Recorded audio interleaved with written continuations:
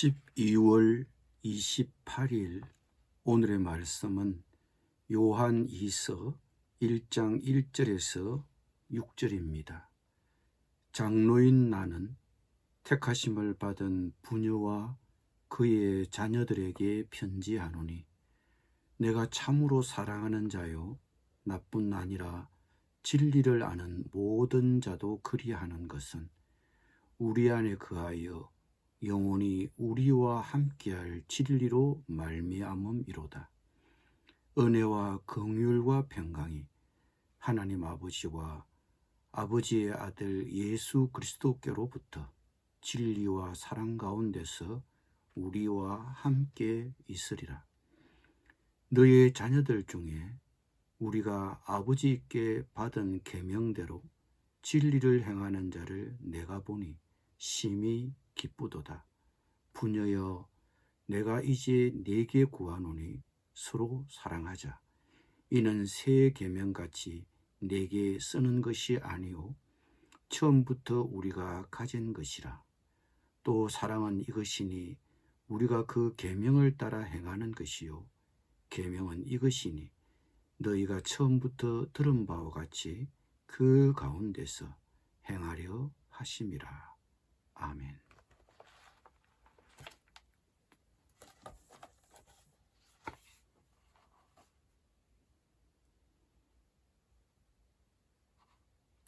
요한은 신자들에게 거짓 교사들을 경고하기 위해 이 편지를 또 쓰고 있습니다. 요한이 이 편지를 기록할 당시 거짓 교사들은 각지를 순회하며 이단 사상을 퍼뜨리고 있었습니다.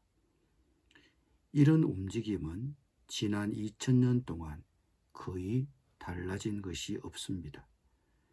이런 이단 신앙을 옹호하는 자들은 어디에나 존재하며 여전히 하나님의 백성들을 속이려 하고 있습니다. 그러므로 이 편지는 당시 신자들에게 그리고 오늘 우리들에게 정신을 바짝 차리고 조심하며 믿음에 굳게 서라고 자명종처럼 소리내어 울리고 있는 것입니다. 장로인 나는 택하심을 받은 부녀와 그의 자녀들에게 편지하노니. 장로는 이 편지를 쓰는 요한을 가리킵니다. 이 편지를 받아보는 부녀와 그의 자녀들은 어떤 특정 개인을 가르치는 것이 아니라 일반적인 교회를 가리키는 것으로 보입니다. 이 편지가 한 개인보다 어떤 공동체를 염두에 두고 쓰여졌기 때문으로 보이기 때문입니다. 요한은 이 교회의 신자들을 참으로 사랑했습니다. 그것은 우리 안에 거하여 영원히 우리와 함께할 진리 때문이라고 요한은 말합니다.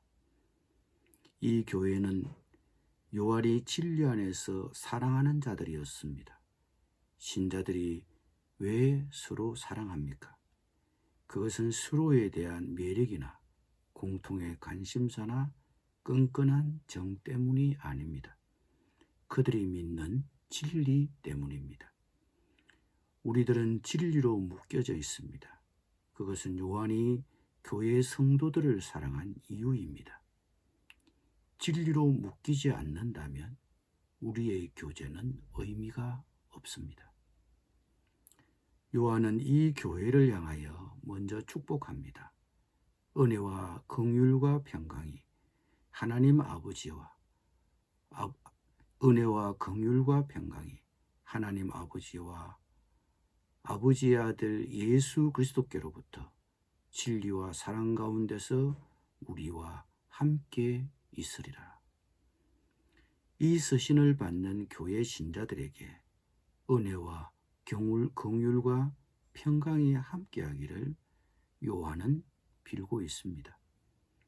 죄 가운데 아무것도 받을 자격이 없는 자에게는 은혜를, 궁핍하고 무력한 자에게는 긍휼을, 하나님과 다른 사람과 자신과의 화목의 회복을 위해서는 평강을 빌고 있습니다. 이 은혜와 긍휼과 평강을 진리와 사랑 가운데서 받을 것을 빌고 있습니다. 이것은 우리가 진리와 사랑 가운데 거하기만 하면 하나님 아버지와 아버지의 아들 예수 그리스도께로부터 은혜와 긍휼과 평강을 체험하리라는 것입니다. 눈치채셨겠지만 요한은 이 서신을 시작하는 서두에서 진리라는 말을 거듭 언급하고 있습니다. 교회를 사랑하도록 묶어 놓는 것도 진리였고 그들이 영원히 함께할 것도 진리였습니다.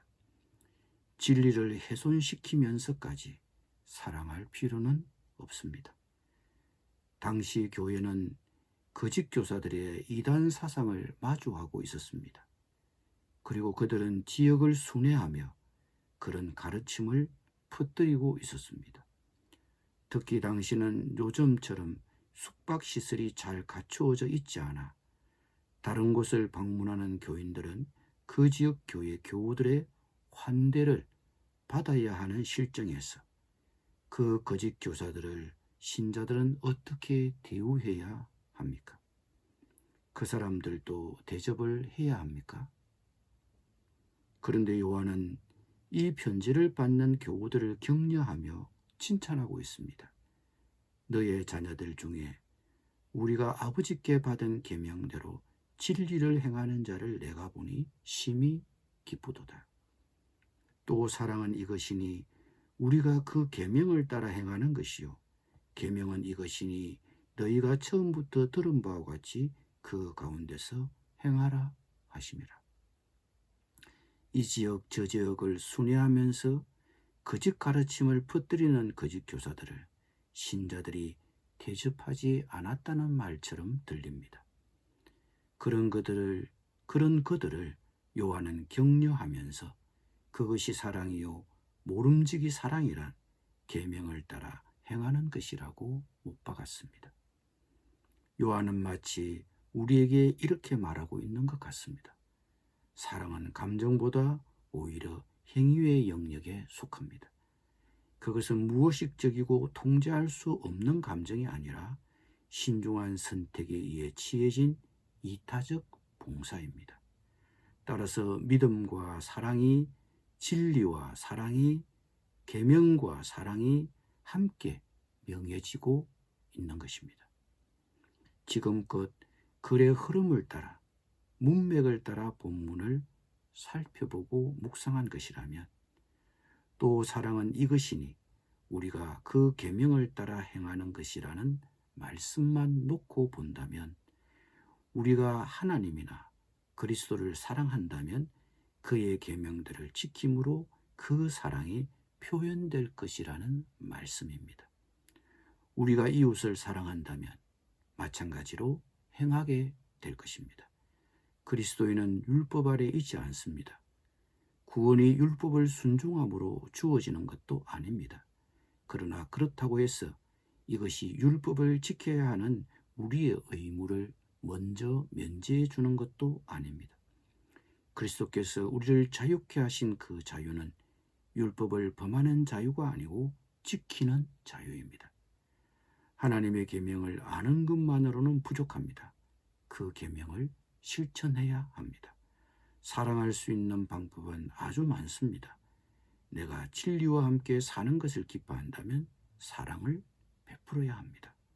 결심만으로 그치지 말고 그 사랑을 지금 오늘 실천해 보시기 바랍니다. 기도드립니다. 주님, 진리 안에서 우리로 교제케 하심을 감사드립니다. 정이 아니라 계명대로 진리 안에서 행하게 하여 주옵소서. 우리가 진리와 함께 사는 것을 기뻐한다면 사랑을 베풀게 하옵소서. 주께서 주시는 결심을 오늘 실천케 하여 주옵소서. 예수님의 이름으로 기도드립니다. 아멘.